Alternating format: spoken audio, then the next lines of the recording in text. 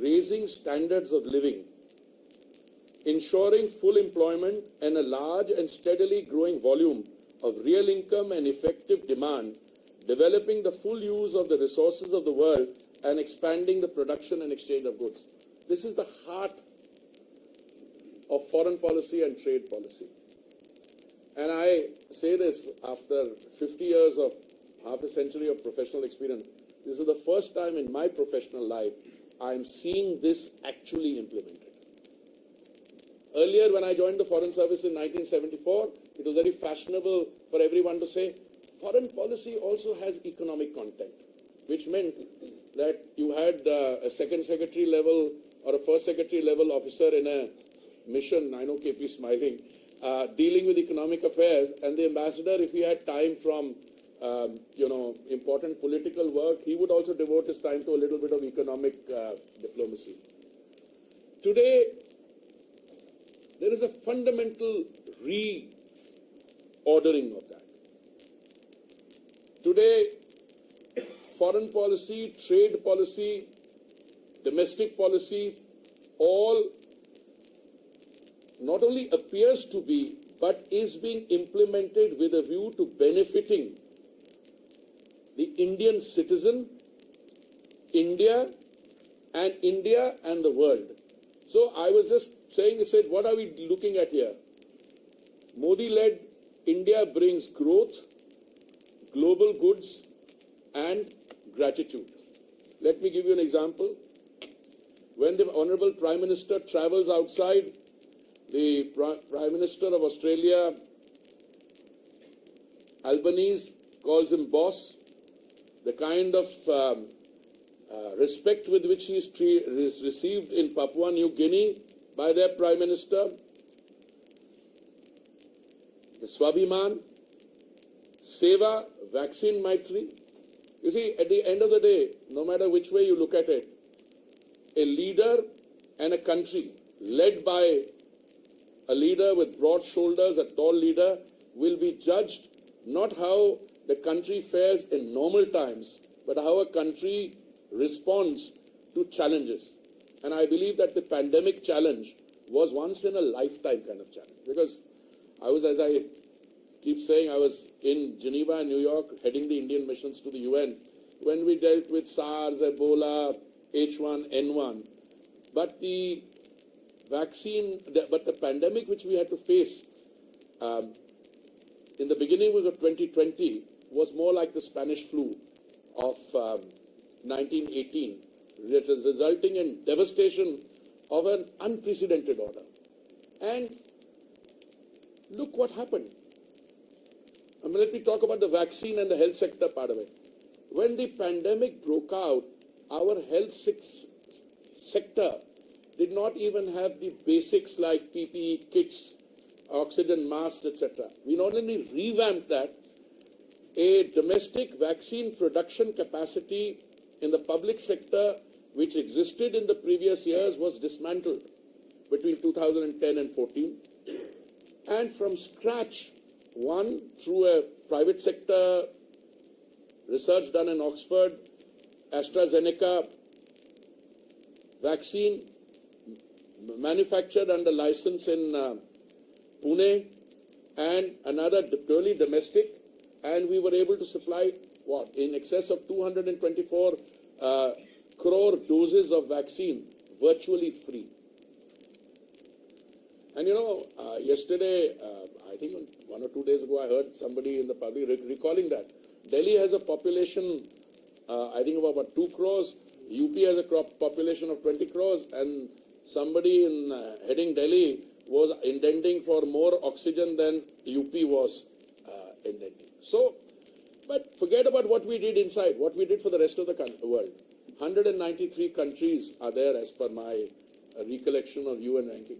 I think we must have supplied vaccines either free or under preferential commercial rates to 120 countries or so. Now, a country which is able to do that domestically and then supply, so to me that is Seva, Vaccine Maitri, Sankalp. Now,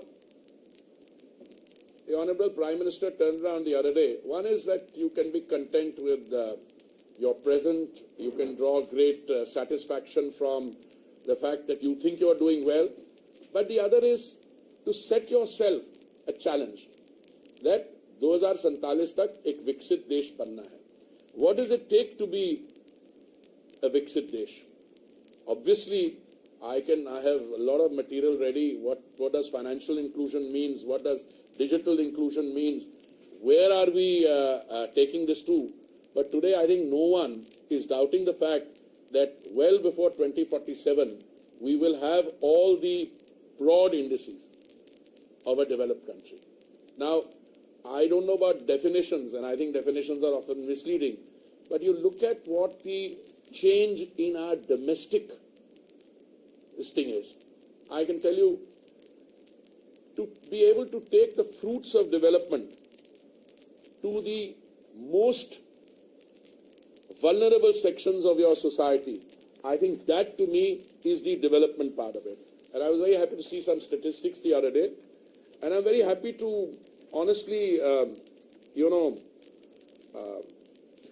admit to you that when the Millennium Development Goals were set up by the United Nations and which concluded in 2015, I used to say, as our ambassador in New York, that the MDGs will succeed largely because a large developing country was able to lift millions of people out of poverty. Another large developing country. I don't think they're so developing now that it's the world's second largest economy. But I can tell you, the Sustainable Development Goals or Agenda 2030 will succeed because India is succeeding. And I was very happy to see some indicators the other day when a report by Niti Aayog said that 135 million people exited multidimensional poverty between 2015-16 and 2019 and 21. This is the fastest decline in rural areas from 32.59% in 2015-16 to 19.28% in 2019-21. Reduction in urban areas from 8.65% to 5.27%. So, if you can take people out of multidimensional poverty, they move into the middle class. When they move into the middle class, they are adding to an already large middle class base. When I have been saying for years that, India's success lies in the fact that you have a large domestic economy and the middle class in purchasing power. Now, I just go to a few. I can tell you about unemployment in India is below pre-pandemic levels, down from 7.2% in January 2020 to 6.5% in January 2023. Over 2 crore and 9 lakh youth between the ages of 18 and 23 have added to the EPFO since April 2020. You know what EPFO is? Employees Provident Fund Organization. And that's a measure you can't dispute because they've formally joined that economy. And look, coming to my two ministries and some of the things which really stand out. Let me start by the urban space. Between 2004 and 2014, the cumulative expenditure or spend on all urban schemes in which the government was a participant or government did some financing, in those 10 years was 1,57,000 crores in 10 years. In the 9 years of the Modi government, and I'm talking essentially of schemes which began 1,57,000 crores. If you talk about the 9 years of the Modi government came into office in May 2014. The first year or so was taken in the conceptualization of the schemes. The schemes were all rolled out largely in June 2015. So in the 8 years of these schemes and the 9 years of the overall Modi government, our cumulative spend on the urban space through these programmatic interventions is close to 19 lakh crores.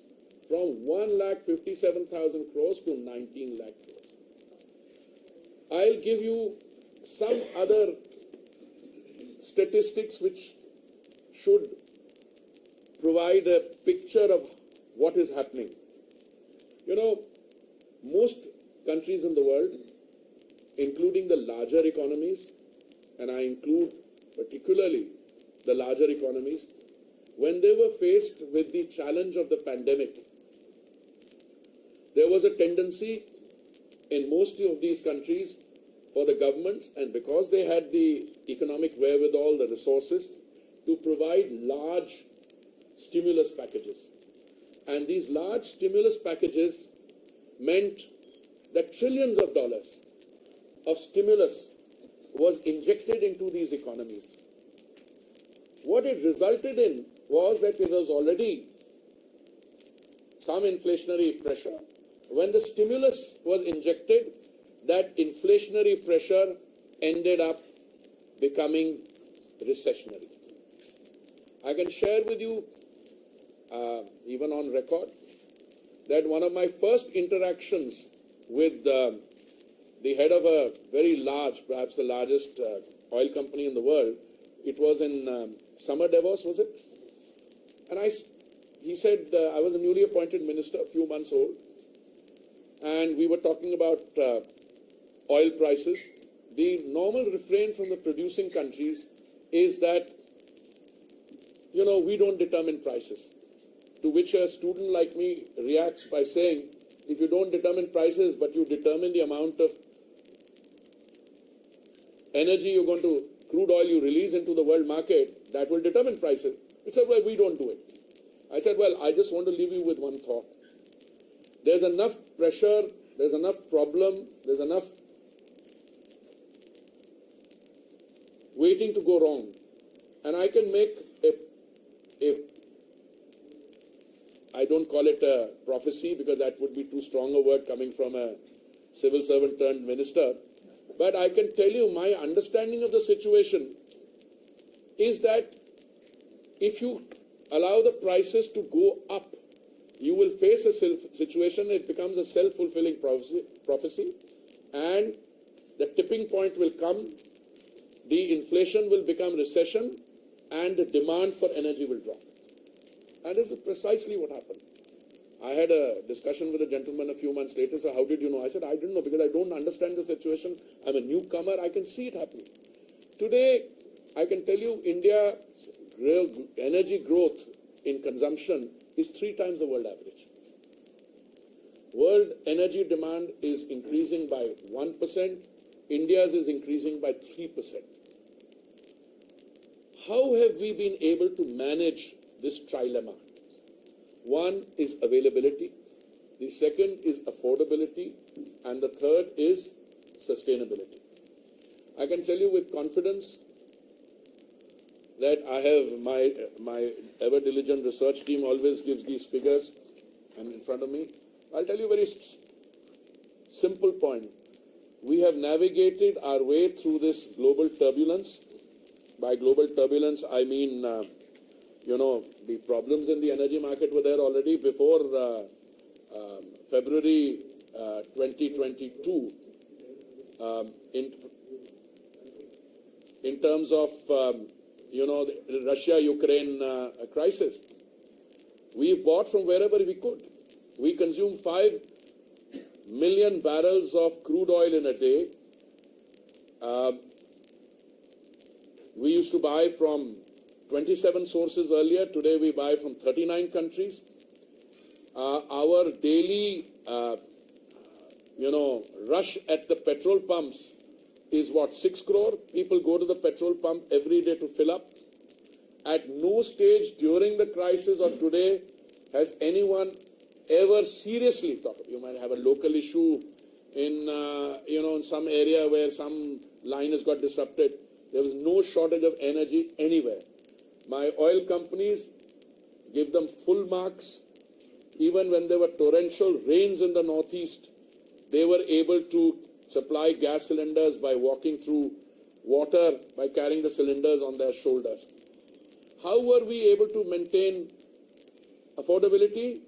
Because the Prime Minister personally monitored the situation, and on two occasions, November 2021 and May 2022, he reduced the central excise on petrol and diesel. The reduction in central November 21 and May 22. He reduced the central excise on petrol and diesel by a significant part, 6 and 13 rupees, 13 and 16 rupees, and the BJP ruled states immediately reduced their VAT.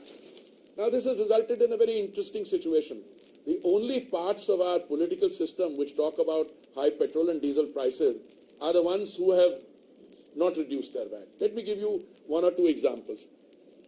I'm talking about the increase between June 21.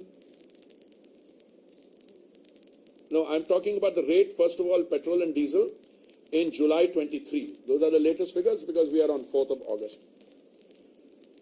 In Guwahati, petrol retails at 98 rupees a litre. In nearby Kolkata, it retails at 106 rupees. Difference of 8 rupees per litre. Now, it's not 8 rupees a litre. When you go to fill a tank, I don't know what kind of vehicles you drive, but some of your tanks are 40 litres, some are even bigger. So if it's an average of, say, 40 litres in a petrol tank, 40 into 8, in one go. So this is the difference between Bhopal and Amravati, between Lucknow and Bangalore, between Goa and Raipur. Let me take Goa, 97 rupees 68 paise, Raipur 102 rupees, difference of 4.77 rupees. Differences in all these, this thing is Gandhinagar and Jaipur, 12 rupees different. Gandhinagar, petrol retails at 96.63 rupees a litre, in Jaipur at 108 rupees 48 paise. 11 rupees 85 paisa difference. So if you multiply that by 40, and these are the only people who say that petrol price come karo, diesel price come karo. My first thing is that we are happy to look at it if international prices, but we are dependent 80% for our consumption on imports. So the world price has some. But let me also come to world prices. Far-sighted, visionary and bold decision-making by the Prime Minister has maintained availability and affordability. Now we come to world market prices. Let's compare petrol increase and diesel increase between a 2-year period from June 21 to June 23. Now I will take 3 or 4 countries in our neighborhood, and then I will take a few of the larger economies. In the neighborhood, India's increase has been 2.36%. Pakistan's increase has been 50.83%. Bangladesh's increase has been 30.11%. Sri Lanka's 79.61%. This is petrol. Nepal's increase has been 42.39%. Now let me come to the larger economies. USA, during this 2-year period, increase in petrol prices has been 30.15%. 30% increase. In Canada, 24.17%. In Germany, 19.08%. France, 22.67%. This is petrol. I'll also go to diesel. Sri Lanka, the increase. In India, the increase has been 4.97%. Sri Lanka, the increase has been 130.65%. USA, 29.31%. I'm happy to make these statistics available to anyone who... No, we'll make them available. My press team will send them around, actually. Now, I want to say 2 things here. These reduction in excise duty by the Honorable Prime Minister was undertaken at a time when we were feeding 80 crore people 3 meals of dry ration a day, which, by the way, is still going on. Now, some people get up and say, "Arey, ye kya ho gaya? Wo kya ho gaya?" I was very disappointed. I mean, I was able to answer one start question, and I took my time on the Swanidhi scheme in the Lok Sabha yesterday. But there were questions on gas pricing, and I was very keen to answer those questions. Why? Because suddenly somebody turns around and says, "Bhai, gas cylinder bada mehenga ho gaya." Now, I don't know, correct me, I think in the last 1 year the price has gone up only once. Okay? Now people don't realize that there's already a subsidy there. For instance, today in 2023, thanks to all the work done by the Modi government, and the Prime Minister is personally committed to this, the number of gas connections, I think, has gone up. I'm talking about LPG connections from 14 crores to something like 32 or 33 crores. And let me also mention to you that out of this 9 crores 60 lakhs are Ujjwala connections. 9 crores 60 lakh Ujjwala connection means this was a connection given free. During the pandemic, when there was a extreme vulnerability, the Honorable Prime Minister ordered that 3 free gas cylinders would be given to every beneficiary. I was just calculating, and now, even now, we are giving 200 rupees directly, DBT, to the account of the beneficiary. 9 crore 60 lakh people get this. All beneficiaries, all gas connections also get a freight subsidy.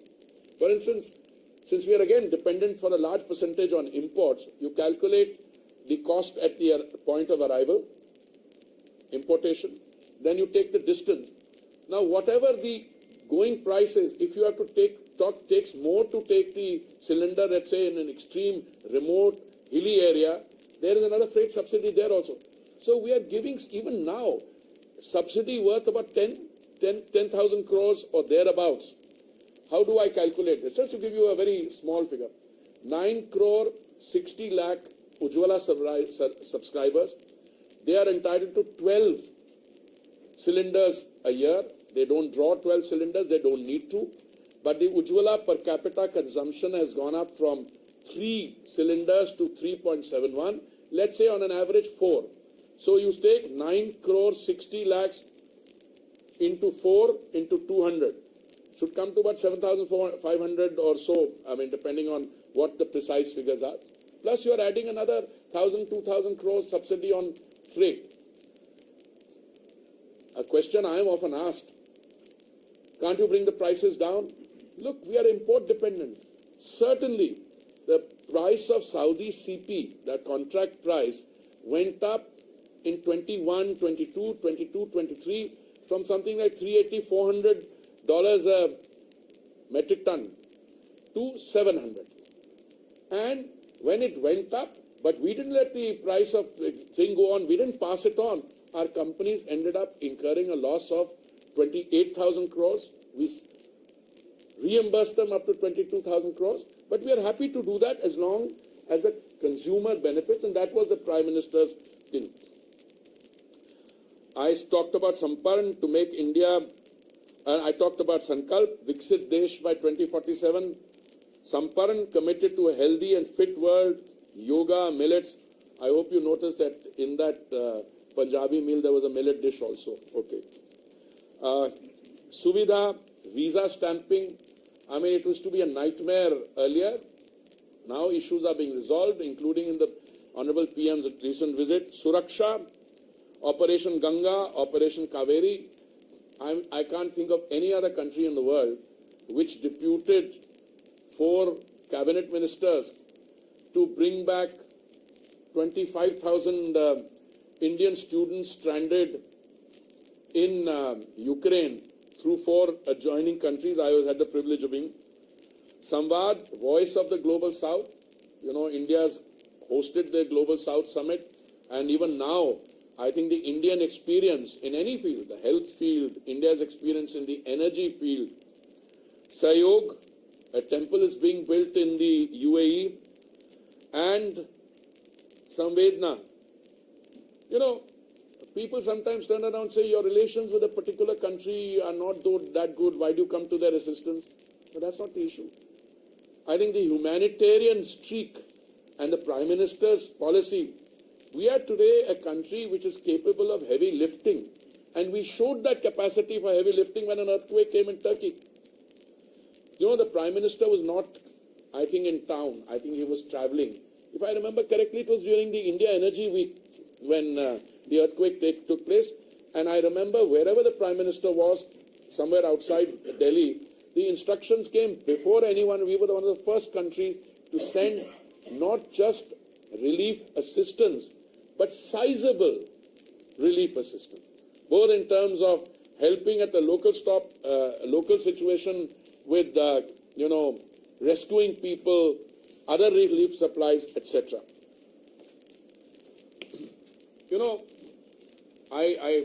I'm afraid I'm having to jump a little.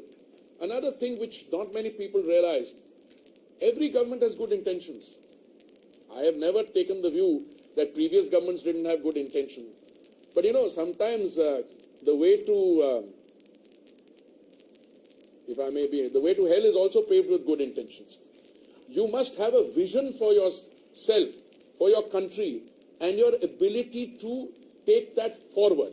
Let me give you, I joined the Foreign Service in 1974. One of my first assignments was, I was not even, I was a trainee. We'd come back after the foundation course. I was attached to the policy planning division with somebody I greatly admired, Mr. Damodaran, A.K. Damodaran. We used to call him Professor Damodaran, my friend Ramu's father. And I used to sit with the section there. I used to, I was assigned, I asked the Joint Secretary, he was Joint Secretary, I said, sir, what can I do? He said, educate yourself on what happened in the OIC summit in Rabat in 1969. This is 1974, it was a very tough one.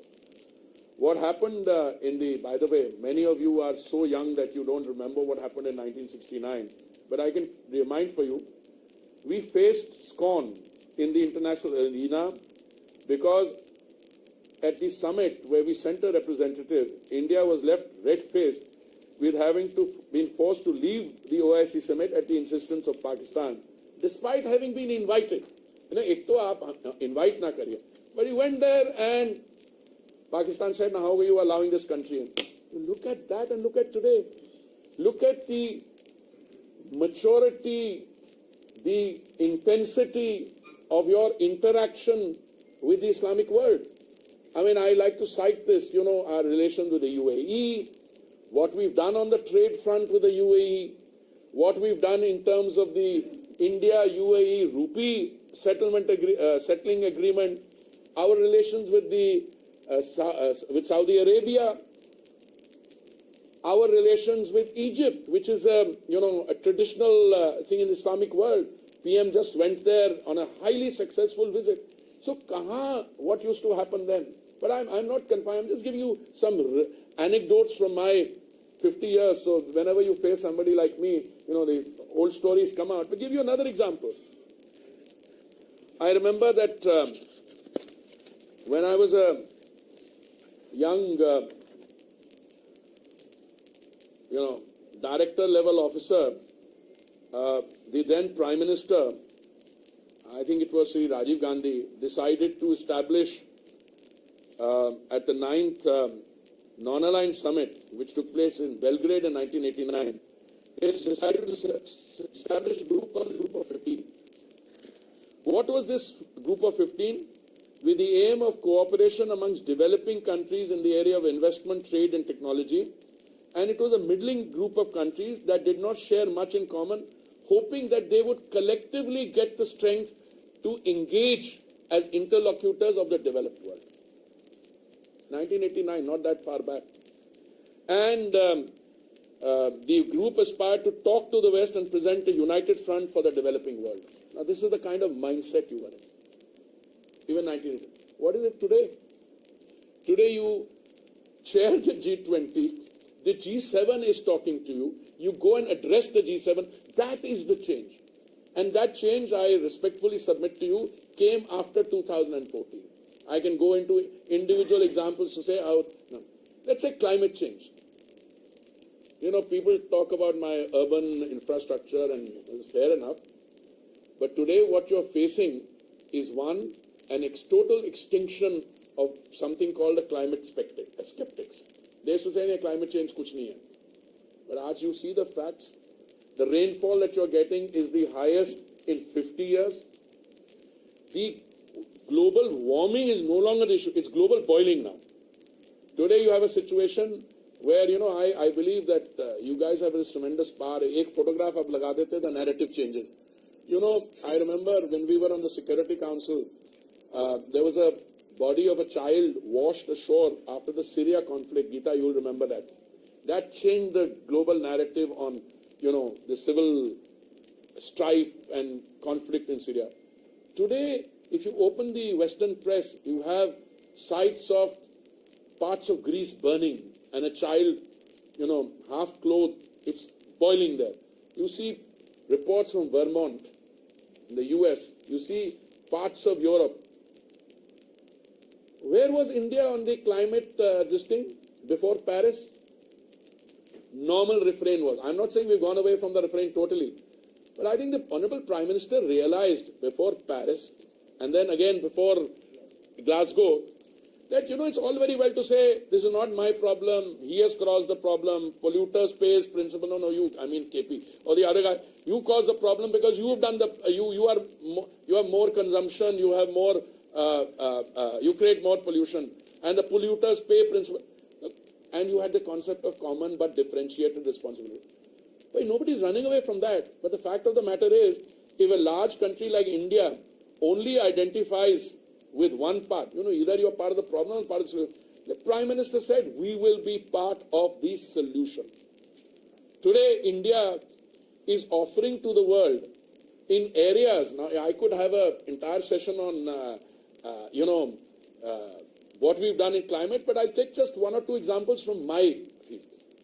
Today, you are offering solutions which were unthinkable. Look, I was in Geneva, I was posted to Brazil, and I was looking at what I wanted to do in Brazil. And one of the things which struck me was their great success in biofuels. And the government in Delhi then was also very keen. Mr. Sharad Pawar was Agriculture Minister, the then Prime Minister.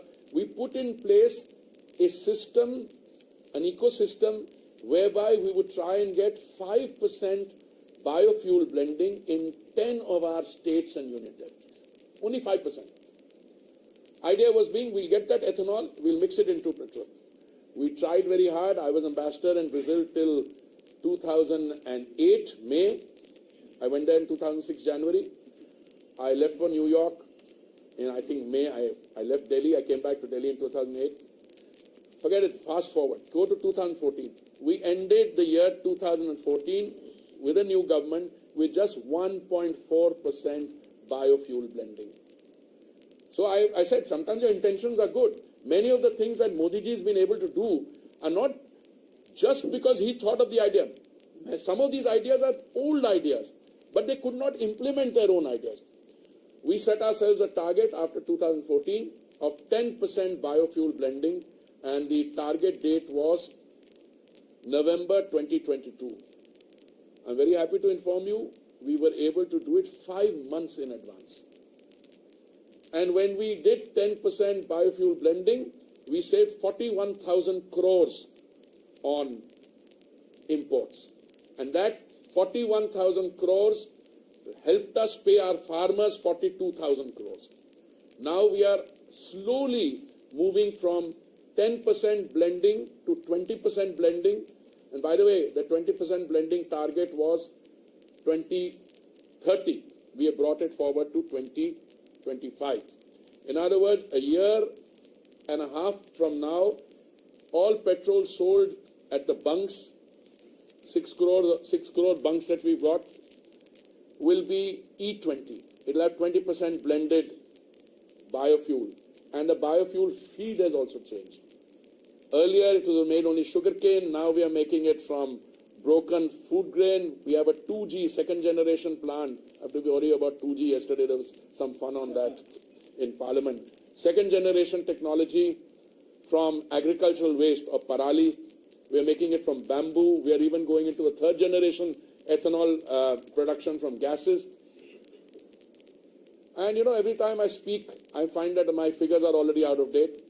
The other day, I said somewhere 1,000 retail outlets are selling E20. My secretary whispered, no, at 1,350. I was going to use the 1,350 figure today. I was told it's 1,600. Basically, we are moving very fast to E20. The E20 or 20% blending is also a reflection of our mind. Why did we say 20%? Because someone said, and when you deal with hard economic decisions, there are people who have, I'm not shy of using the word, vested interest. They turned around and said, but अगर 20% आप blending करेंगे तो existing जो engine है उसमें कोई बदलाव की जरूरत नहीं होगी. But what happens is, my question was, if the same manufacturers from Western Europe and Japan can sell cars or manufacture cars which can take 100% mix, why can't it? Now the new generation cars or the hybrid cars which will come to India will have E85 engines, so you can take it up to 85. So today it's an entirely new field of biofuels coming in. But that's not only that. CBG, compressed biogas, and I know we are now running out of time and you have an 11 o'clock parliament, so I'm going to do this. We can continue this informally some other time. We have a plan to set up 5,000 SATAT plants, okay?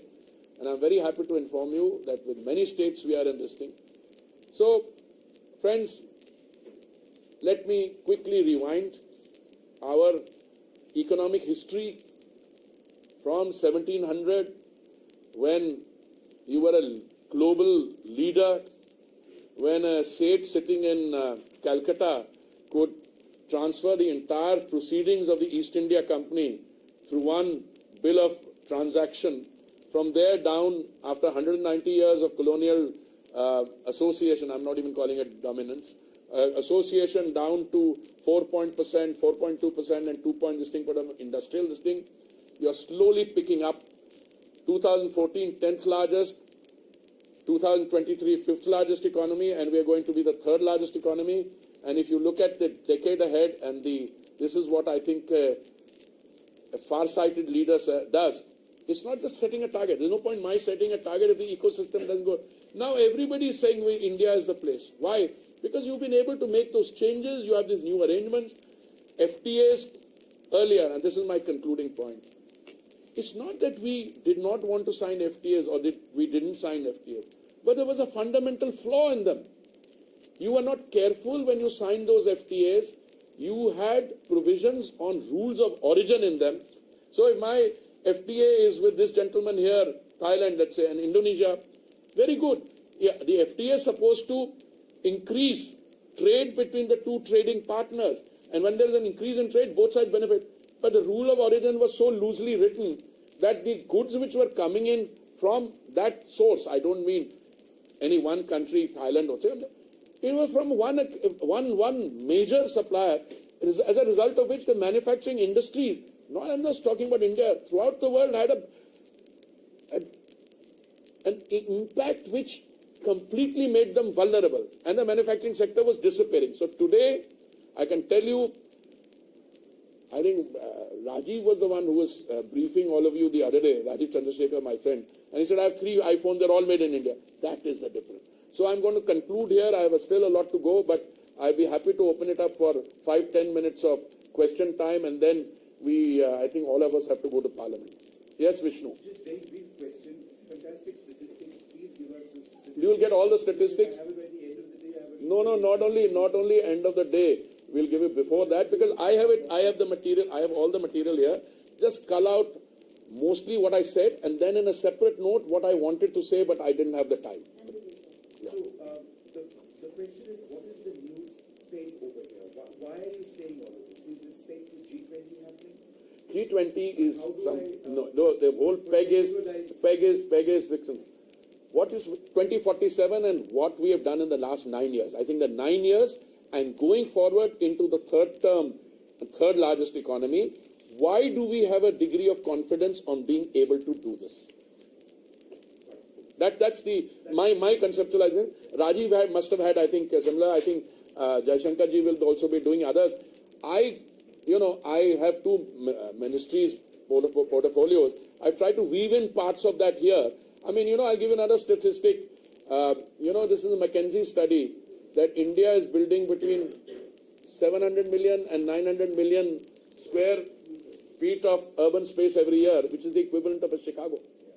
So This is the broad peg on that. So I have one question. You know, in the current political atmosphere, every state government is offering freebies. Our budgets are not surplus.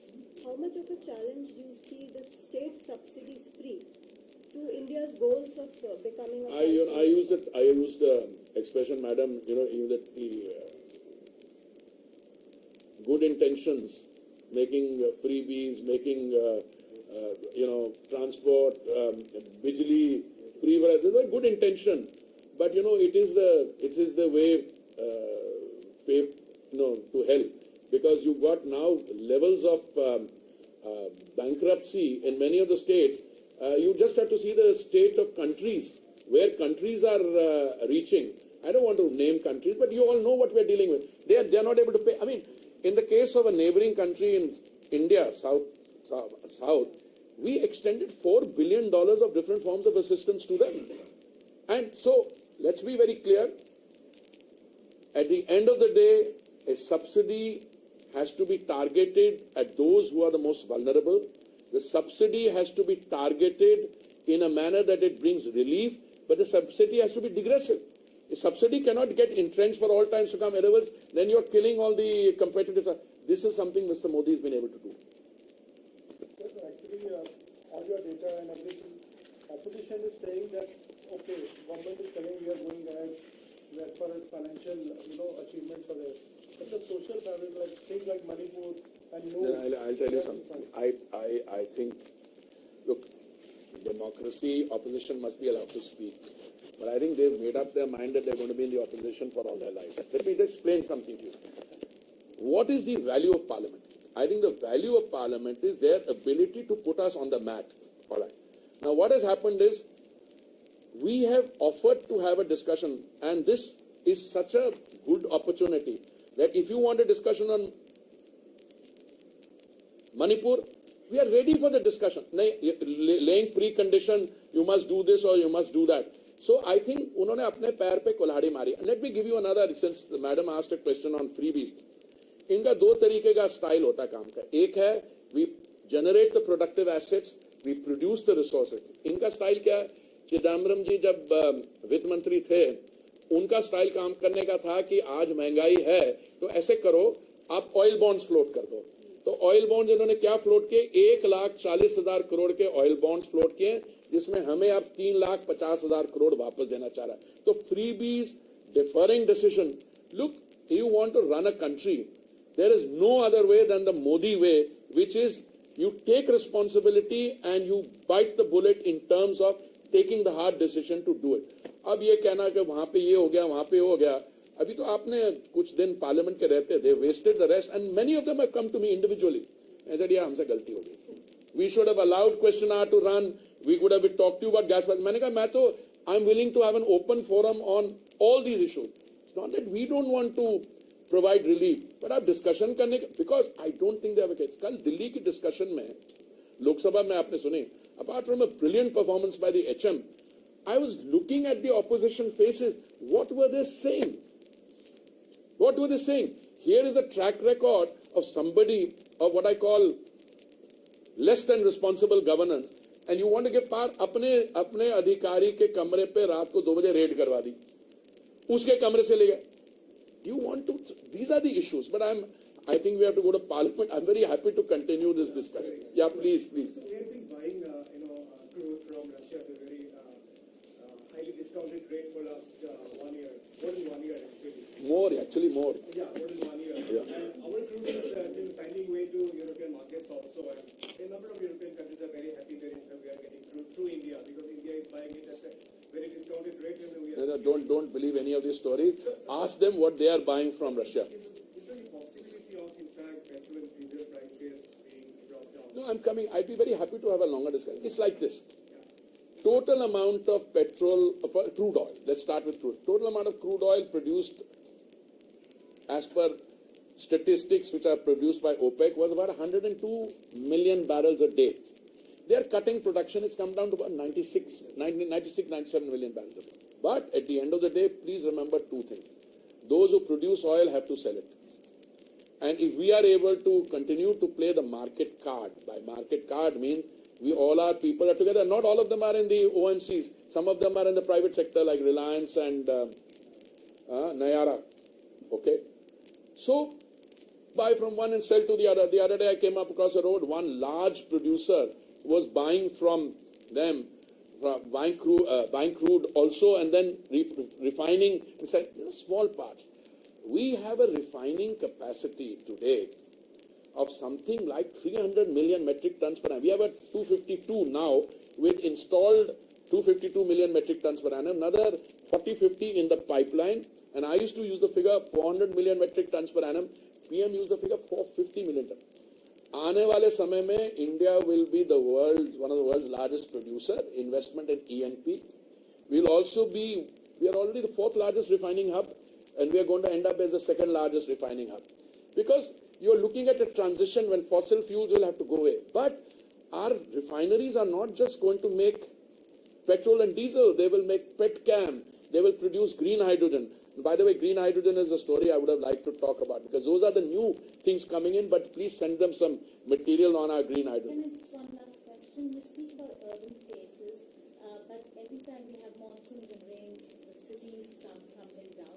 What's the kind of coordination with state in ensuring... I'm very happy you asked that. I'm very happy. Infrastructure, are you confident of a successful G20 should there be rains? No, don't worry about any of those things. First of all, all these issues are state subjects. So I'm afraid we end up issuing advisories. I'd be very happy to share those advisories with you. But what you're witnessing in terms of this thing, this is not urban planning problems alone. We are very fortunate that during this 9 years of the Modi government, our reprocessing of waste has gone up from 17% in 2014, which meant if you produced 100 tons of waste, you only processed 17%. Today it's gone up from 17% to 76%. In the next few years, we will be able to remediate all those legacy dump sites, etc. You have to do simple things, Geeta. You have to segregate the waste at the point of production. Dry waste, wet waste. Wet waste becomes compost. Dry waste has to be taken to a reprocessing site. The people who are getting into trouble are not doing their normal daily work. They have to clean the drains. You cannot throw the kura into the drain. You have to do the dredging where it's required. So I'd be very happy to sit with you. We will have a very successful G20. All hands on board, all efforts. And by the way, it's not just India. I was in New York when, the highest rainfall in 50 years took place. And by the way, July, I'm going to get the figures now. July is probably 22 days in July will end up to be the hottest days in recorded history. So we have to deal with the climate thing. But in India, because we are engrossed with this and we are facing this challenge, we are very confident of being able to meet it. Thank you.